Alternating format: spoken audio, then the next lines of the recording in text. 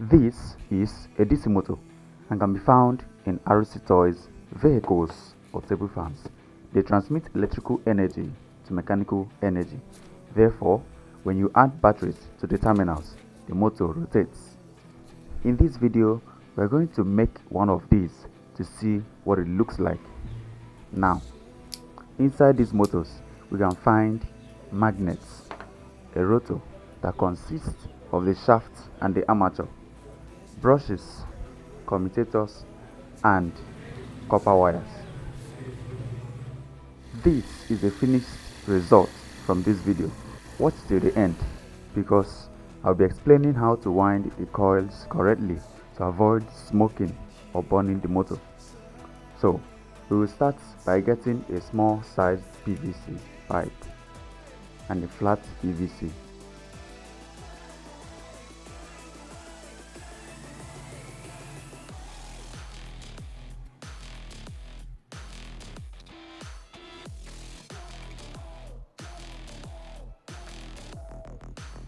Glue the flat PVC onto either sides of the PVC. I made the pepper template using the diameter of the pipe to guide me on the distances I'll need to make the hole.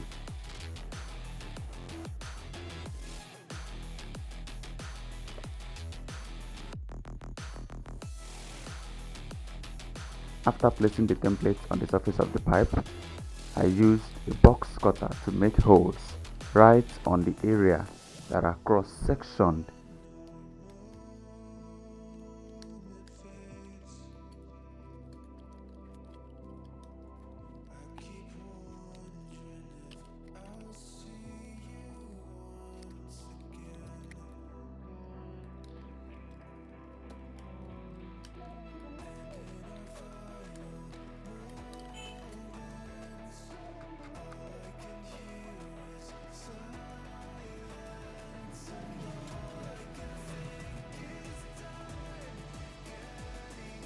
I brought some screws that will make up the armature.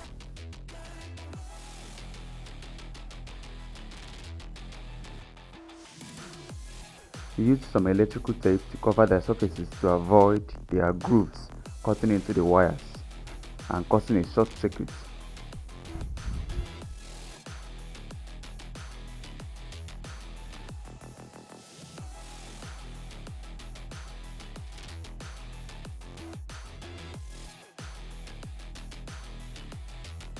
After doing that, for all 14 screws, I went ahead to tighten the screws through the holes that I've made. There are 14 screws and 7 poles. That is because a pole has 2 screws on each of them. Don't forget to like and subscribe if you find this video interesting.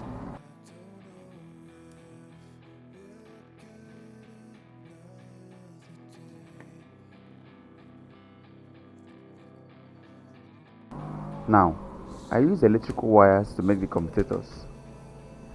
I have traditional commutators, but I prefer these sometimes.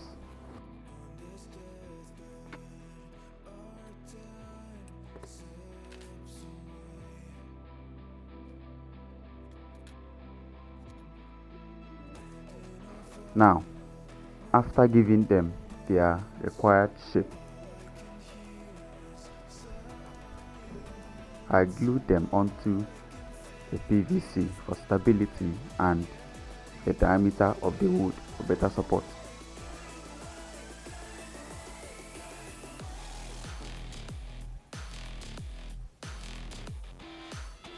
Don't go yet, because I'll be showing you in this video how to wind your coils correctly to avoid damage or worse.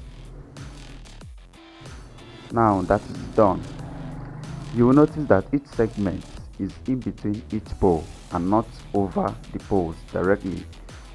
Don't forget to like and subscribe if you haven't.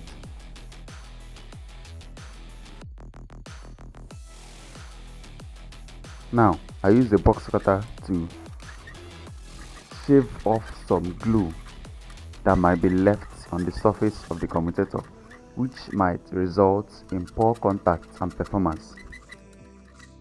it's time to go into winding, and I'll suggest that you pay very keen attention to this process.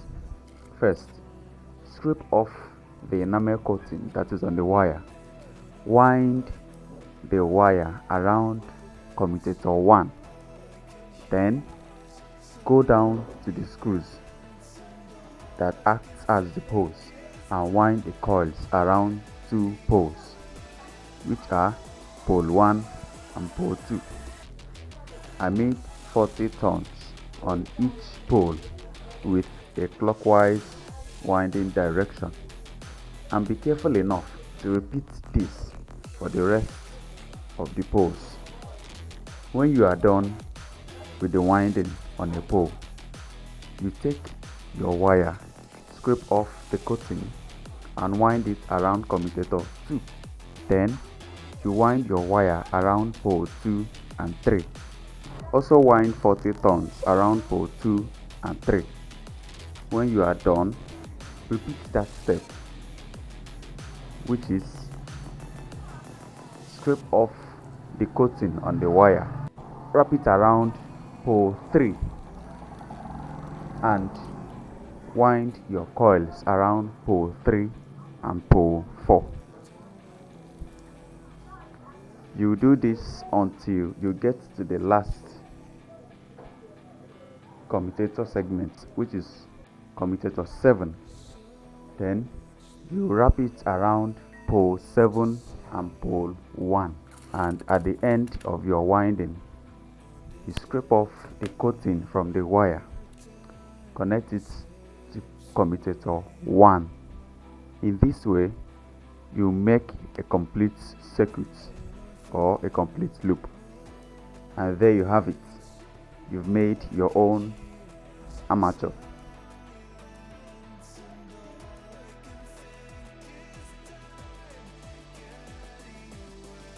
Next, get a board and a support that has bearings that will hold up the motor.